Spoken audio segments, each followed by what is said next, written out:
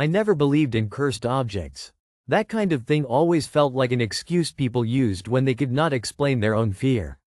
Broken minds looking for supernatural answers. That was my opinion until the night I found the tape. I was cleaning out my late uncle's storage unit, the kind of place filled with dust, forgotten furniture, and boxes labeled with vague words like misc or old stuff.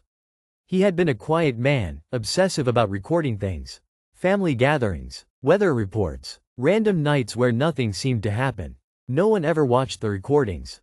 He just kept making them. Near the back of the unit, I found a small cardboard box wrapped in plastic. Inside were several old videotapes, all identical.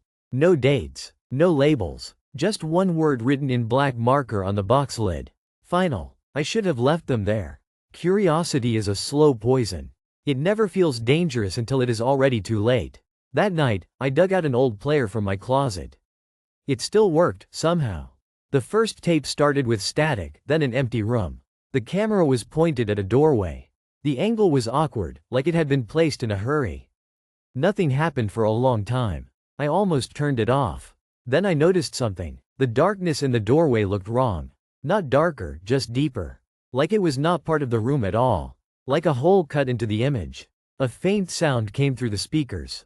Breathing, not my uncle's. The tape cut to black. I laughed it off, uneasy but not scared yet. Old tapes glitch. My brain was filling in gaps. I told myself that as I loaded the second tape. This one showed my uncle sitting at a table, staring straight into the camera. His face looked thinner than I remembered. His eyes were red, unfocused. He spoke quietly. "If you are watching this, I failed." He paused, listening to something off-screen. It learned my habits faster than I expected. Faster every day. He explained that months earlier, he started noticing small things out of place. Objects moved slightly. Recordings that lasted longer than he remembered making them. Shadows where shadows should not be. At first, he thought it was exhaustion. Then he reviewed a tape and saw himself sleeping. He had never recorded that. He leaned closer to the camera. It does not like being watched. But it needs to be seen. A sound echoed in the background. A soft, wet dragging noise. The tape ended abruptly. I sat frozen, remote clenched in my hand. Every instinct told me to stop. To destroy the tapes and forget all of it. But I needed answers. I needed to know what had terrified a man who never scared easily. The third tape was different. It showed footage from inside my uncle's home, recorded from multiple angles. The camera moved when no one touched it. Slowly, intentionally, as if something was adjusting the view. In several frames, I saw it. Not clearly, never clearly. A shape that did not hold its form. Too tall one moment, too wide the next.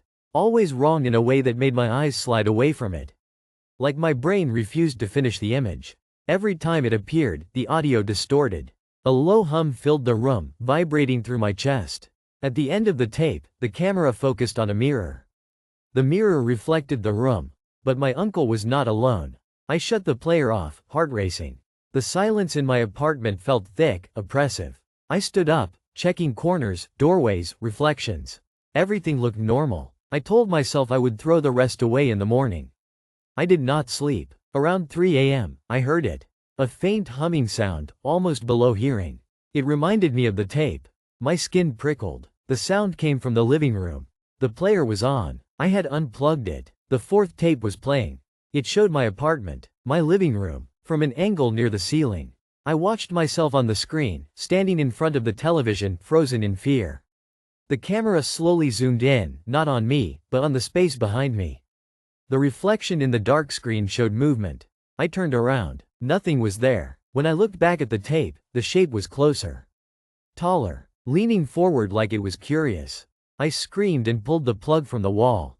The screen went black, but the humming continued. Louder now. Closer. I ran to the bathroom and locked the door. My reflection stared back at me, pale and shaking.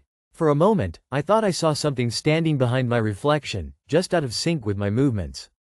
I smashed the mirror. The humming stopped. Morning came too slowly. I packed every tape into a bag and drove as far as I could, dumping them into a landfill. I watched them disappear beneath mountains of trash. I felt stupid, exhausted, but relieved.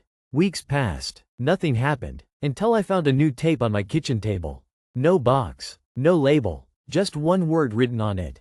Continue. My hands shook as I played it. The footage showed me driving, dumping,